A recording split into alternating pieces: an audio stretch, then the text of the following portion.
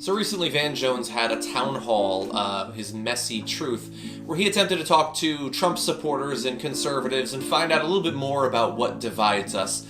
And one of the interactions on that town hall that's getting the most news coverage is a pretty tense interaction between Rick Santorum, one of the, I think he came in 15th in the Republican primary this time around, and a young dreamer, one of the people generally of Hispanic origin who were brought into this country at a very young age. I believe she was brought in when she was 7, who now, under Donald Trump, might theoretically be kicked out of the country.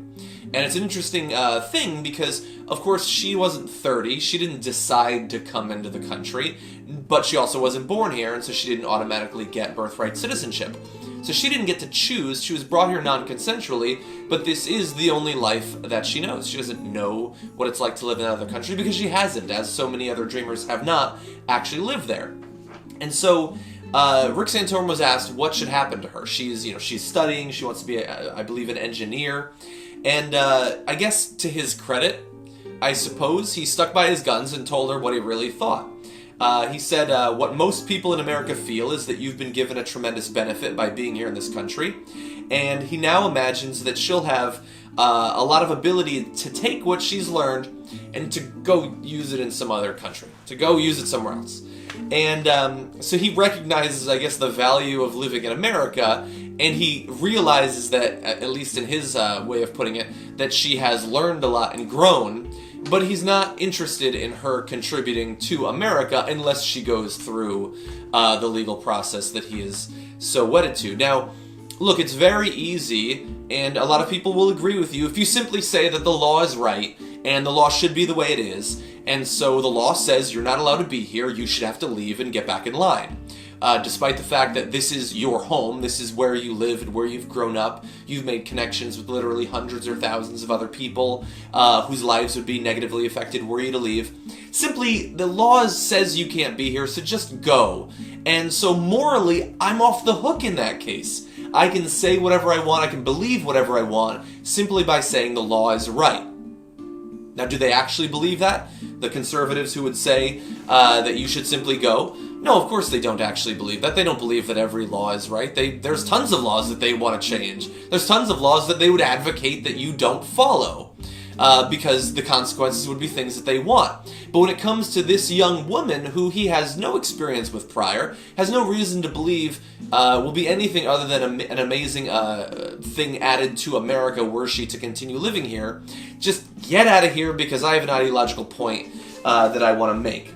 Now, Ana Navarro, a contributor at CNN, who has been pretty awesome over the course of this general election, said, no matter what he says, no matter what anybody else says, this is your country.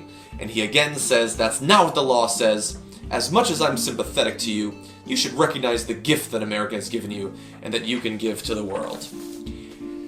And so he understands that this person has value. He just doesn't seem to understand the value that she could have here in America. Were she to continue living here, her ability to contribute and to make this country a better place. And we've seen other examples of this. Recently, over the past year, most Republicans, knee-jerk, have been against any refugees coming into this country, despite the safeguards and the screening process and all of that, processes that they're not familiar with and haven't done any study into. I actually have. They simply say you can't come here. Not understanding, of course, that when you go back through and you look at some of the refugees from prior years who've come into America and have given so much, have stimulated our economy and improved our society culturally, in terms of business, in terms of government, they don't acknowledge that because it's inconvenient for them. And our country now has, conceivably, millions of dreamers like this. And I would defy them to go and to sit down with some of these people and then make the case for why, other than simply the law says it right now, as if laws can't be changed, that they should go. Why, in the vast majority of cases, we would not be weaker as a country for having lost them. These are people who care enough about this country to be willing to fight to stay here. It's not simply a privilege that they were born into, that they have, and they can do whatever they want with it, and they don't really care. These are people who really care, and are trying to make themselves better, trying to make their families better and stronger, trying to make the country better overall. And Rick Santorum should understand that. I would argue, in a way, he does. because he understands that there are certain people that he doesn't want to lose, that he thinks it's not that the country has done something for them, it's that they're doing something for the country. He understands that. He would point to the 1% perhaps, or people who head up businesses, or someone like Donald Trump perhaps. He would argue that they do so much for this country that it's great that we have them. He's not focusing on what the country has given them, and thus an obligation perhaps that they would have to their country.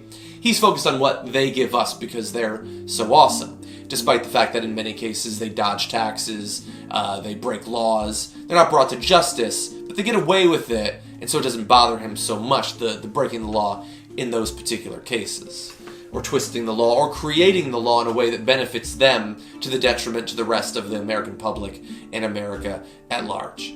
So Rick Santorum here is, under the guise of seeming to be strong and sticking to his guns, is committing moral cowardice in a way that should make everyone feel sick when they watch this. To stand behind a law that obviously can and should change, that we could change today if we wanted to, and say that we should break up literally millions of American families as a result of it, that is moral cowardice. And we're not going to stand for it, okay? These are good people. These are people that are trying to make the country a better place. We will be improved by their addition to our country, as our country has been throughout its history. That is how we've grown stronger and more dynamic as a country, is by integrating people like this, regardless of what the immigration laws were at that particular time. 2016 is no exception.